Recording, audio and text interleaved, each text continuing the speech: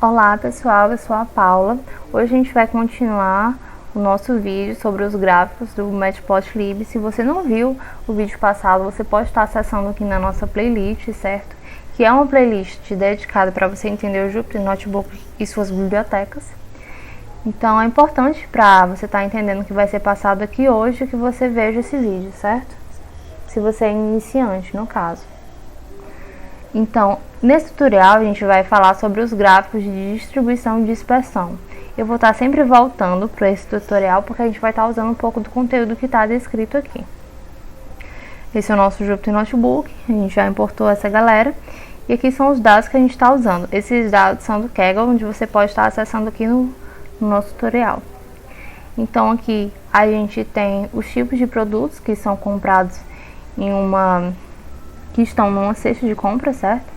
Quando ele está presente em numa cesta, esse produto, ele é true, quando não, ele é falso, certo? Essas são as nossas colunas, é importante que a gente conheça elas. E esses aqui são basicamente só os índices, tá vendo?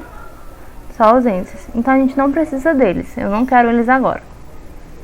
Então eu criei essa de F2, onde eu tenho nela somente a partir do atributo 1, certo? Desse Apple em diante. Então, a gente tem esses atributos aqui, certo? Aqui a gente está conhecendo as nossas colunas, mais uma vez chamando, né? Para ver quem são eles. Já aqui, o que a gente está fazendo? Eu estou dizendo que meu atributo Apple, eu quero que ele retorne apenas os valores que são igual a true. Então, eu posso aplicar uma soma aqui e ver quantas vezes essa maçã está acontecendo dentro do nosso dataset. E a gente pode fazer a mesma coisa para todos, né? Então, a gente tem esses caras aqui, quantas vezes eles estão acontecendo no nosso dataset. Aqui a gente criou uma lista, certo? Com esses valores. Também criamos um array, né? Essa lista sobre as nossas colunas. E aqui criamos um dicionário que faz essa relação entre os produtos e a quantidade de vezes que ele acontece, certo?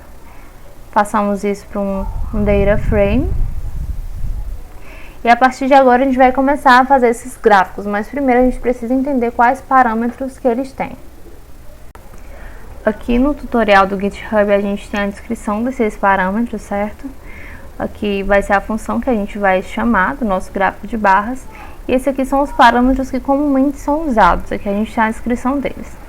O x são as coordenadas das barras, o height são as alturas das barras, o width as larguras das barras, o bottom, as coordenadas y das bases da barra. E a line é o alinhamento das coordenadas, ok?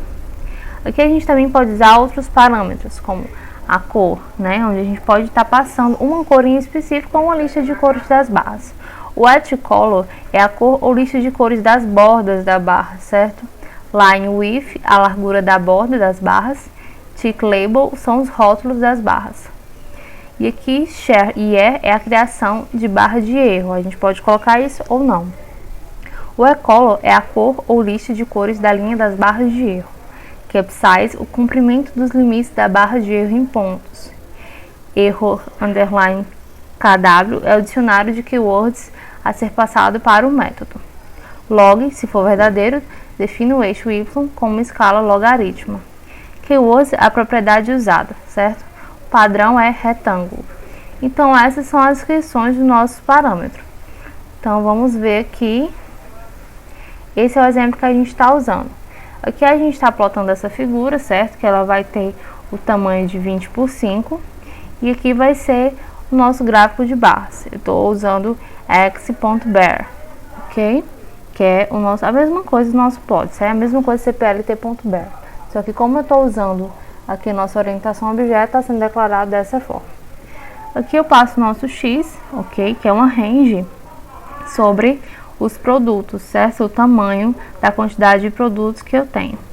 A gente passou essa range, aqui a gente passou a quantidade de produtos que está no nosso data frame, a cor das barras, a cor das bordas.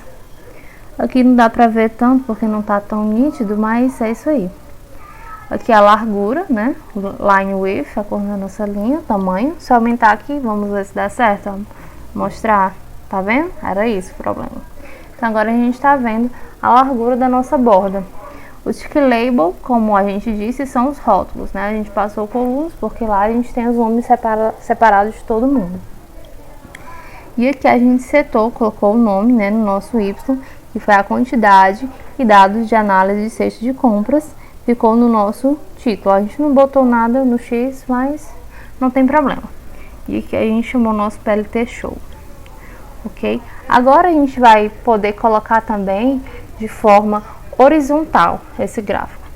Aqui tá com um tamanho diferente, certo? E a gente passa as mesmas características. A diferença é que a gente vai passar Bear H, certo? Para poder estar usando esse tipo de gráfico. Esse exemplo aqui é um exemplo mais personalizado. Esse exemplo ele tá na página do Matplotlib, dessa biblioteca, certo?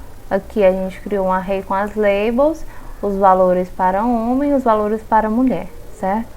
E aqui uma range, mais uma vez, certo? Das nossas labels. Aqui vai ser a variável que vai estar passando o tamanho, a largura, né, da nossa barra. Aqui a gente está mais uma vez plotando a nossa figura e que a gente está passando as informações de cada barra, certo? Por barra. Então, eu quero que esse valor ele apareça à esquerda do homem. Então, o nosso azul, a gente está diminuindo pela metade da largura, certo? Da nossa barra. Então, ele vem para cá, para a esquerda. Quando a gente faz somando, a gente está botando um pouco mais à direita, que é o que está acontecendo aqui. E a gente está passando esses valores, passando a largura da nossa barra no total, certo? Que vai estar representando esses grupos. E aqui as labels. Aqui mais uma vez a gente está nomeando o nosso Y, certo? Com scores. Aqui o nosso título. E o nosso X a gente continuou passando como X. Aqui a gente está dando nome às labels, certo? E fazendo com que as legendas apareçam, porque a gente colocou label aqui, se a gente não colocasse nada não ia aparecer, certo? Então, chamando legend, a gente coloca eles aqui. E aqui a gente chama o nosso layout e o plt.show, e assim fica um gráfico mais personalizado. Agora vamos falar sobre o gráfico de dispersão. Vamos conhecer os seus parâmetros, ok? A gente tem o X e o Y, como as posições de dados, o S, o tamanho do marcador, o C, as cores do marcador, o marker, o estilo do marcador, o CMap, o nome de mapa de cores que já tem na nossa biblioteca, que a gente pode estar usando, certo, dentro dessa função. O norm é usado para dimensionar os dados de cor. O Vmin e Vmax são usados em conjunto com a norma padrão para mapear a matriz de cores. O alfa é o valor de mistura alfa, que pode deixar os nossos pontos mais transparentes ou mais opacos. O line width é a largura de linha das bordas do marcador. Edge color, a cor da borda. Plot non infinite. Finite informa se os pontos estarão plotados com as cores definidas ou não.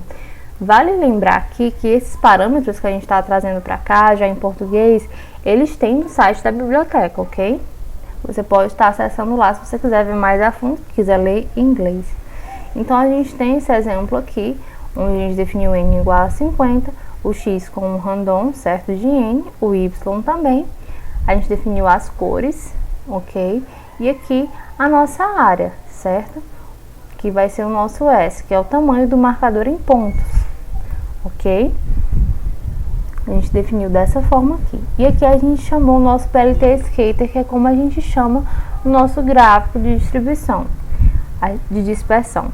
Então, a gente passa o nosso X e o nosso Y, a nossa área, certo? Esse tamanho, as cores, e aqui o quanto que essa cor vai influenciar. Aqui tá dessa forma mais opaca, porque eu tinha carregado antes como 1, mas vou carregar aqui como 0.5 para vocês verem como fica mais transparente. Tá vendo? Agora a gente vai para um exemplo um pouco mais didático que não tem relação com o nosso data frame, ok? Aqui a gente tem um array com os meses do ano, o faturamento equivalente a cada mês e a quantidade de clientes que a gente vai ter em cada mês também. Então, a gente vai tentar criar essa relação, certo? Então, aqui eu passei o PLT Skater e passei a quantidade de clientes novos e o faturamento, certo? Então, aqui a gente pode concluir o quê? Que quanto mais os clientes vão chegando, maior a quantidade de clientes novos, maior é o nosso faturamento.